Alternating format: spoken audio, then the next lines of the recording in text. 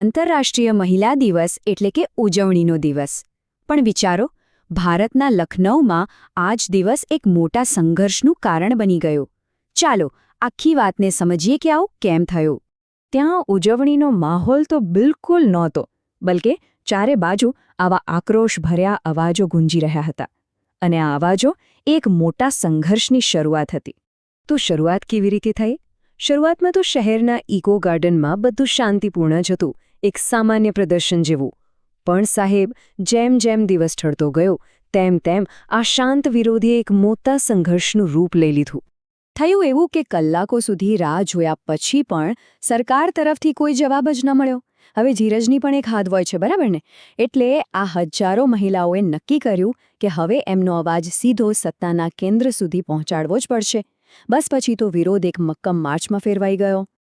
તો સવાલ એ થાય કે આ હજારો મહિલાઓ છે કોણ, જેવું આમ રસ્તા પર ઉતરી આવી? વેલ, આ છે આંગણવાડી કાર્યકર્તાઓ. અને સાચું કહું તો આ આખા મુદ્દાને સમજવા માટે એમની ભૂમિકા શું છે એ જાણવું ખૂબ જ જરૂરી છે. આંગણવાડી કાર્યકર્તાઓ એટલે કોણ? સરળ ભાષામાં કહીએ તો એ સરકારી યોજનાઓ અને જેને ખરેખર એની જરૂર છે એવા લોકો વચ્ચેની એક મહત્વની કડી છે. તમે જુઓ, બાળકોના પોષણથી લઈને સગર્ભા સ્ત્રીઓની દેખભાળ સુધી એ લોકો સમાજના છેક પાયાના સ્તરે કામ કરે છે. અને એમની જવાબદારીઓનું લિસ્ટ તો જુઓ, એ તો જાણે પૂરું જ ન થાય.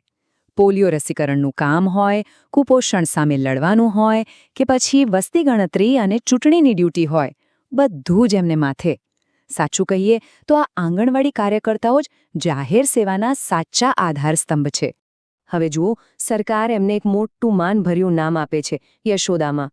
પણ કાર્યકર્તાઓનું શું કહેવું છે? એમનું કહેવું છે કે આ નામ આપીને તો સરકારે એમનું અપમાન કર્યું છે. એમને એવું લાગે છે કે આ મોટા નામની પાછળ એમના પ્રત્યેના અનાદરને છુપાવવામાં આવી રહ્યો છે. અને એમની માંગ શું છે? ઓછામાં ઓછા 18,000 રૂપિયાનો પગાર. એક એવી રકમ જેનાથી ઘર ચાલી શકે, જીવન નિર્વાહ થઈ શકે. આ તફાવત જ બહુ મોટો છે.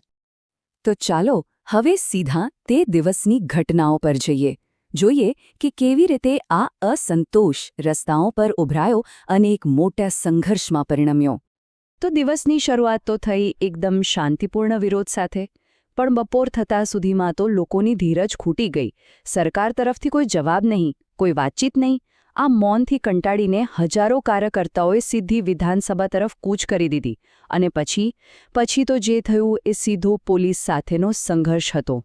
પોલીસે પ્રયત્ન તો કર્યો કે વિરોધ સ્થળનો મુખ્ય ગેટ બંધ કરી દેવાય. પણ આટલી બધી મહિલાઓના જુસ્સા અને સંખ્યા સામે એમના પ્રયાસો નિષ્ફળ ગયા. મહિલાઓએ એક થઈને ધક્કો માર્યો અને પોલીસની વ્યૂહરચના તૂટી ગઈ. અને એ પછી તો જાણે રસ્તા ઉપર એમનું જ રાજ હતું. પોલીસની બેરિકેડ્સ તોડીને આ મહિલાઓ લગભગ 1 કિલોમીટર સુધી મુખ્ય રસ્તા પર કૂચ કરતી રહી. આખા શહેરનો ટ્રાફિક થંભી ગયો. હવે એમની હાજરીને નજરઅંદાજ કરવી કોઈના માટે શક્ય નહોતી. તો એમની મુખ્ય માંગણીઓ શું છે? એ લોકો આટલો સંઘર્ષ શા માટે કરી રહ્યા છે? ચાલો એમના અવાજમાં જ એમની માંગણીઓને સમજીએ. એમની 4 મુખ્ય માંગણીઓ પર નજર કરીએ.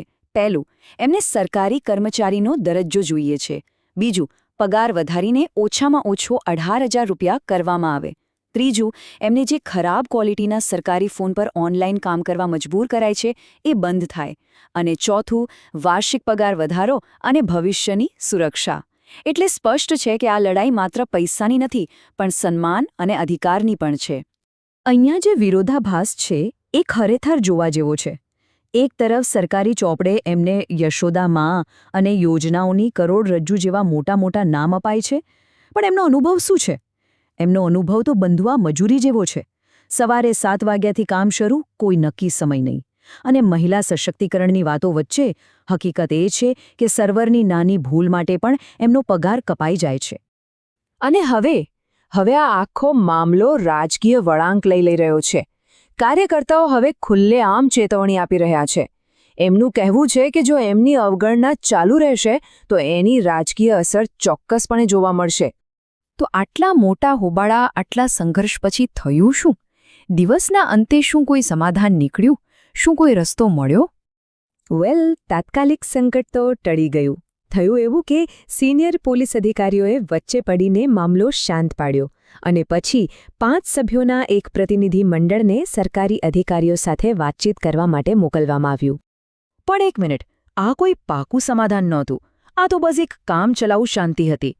વિરોધીઓએ એકદમ સ્પષ્ટ શબ્દોમાં કહી દીધું છે કે જો સરકાર એમની માંગણીઓ નહીં સ્વીકારે તો આખા રાજ્યમાં કલમબંધ હડતાળ થશે. અને એનો મતલબ શું? મતલબ કે બધી જ કલ્યાણકારી યોજનાઓ ઠપ થઈ જશે. તો આ બધી વાત આપણને એક મોટા સવાલ પર લાવીને ઊભી રાખે છે. સન્માન અને યોગ્ય વેતન માટેની આ લડાઈનું પરિણામ શું આવશે?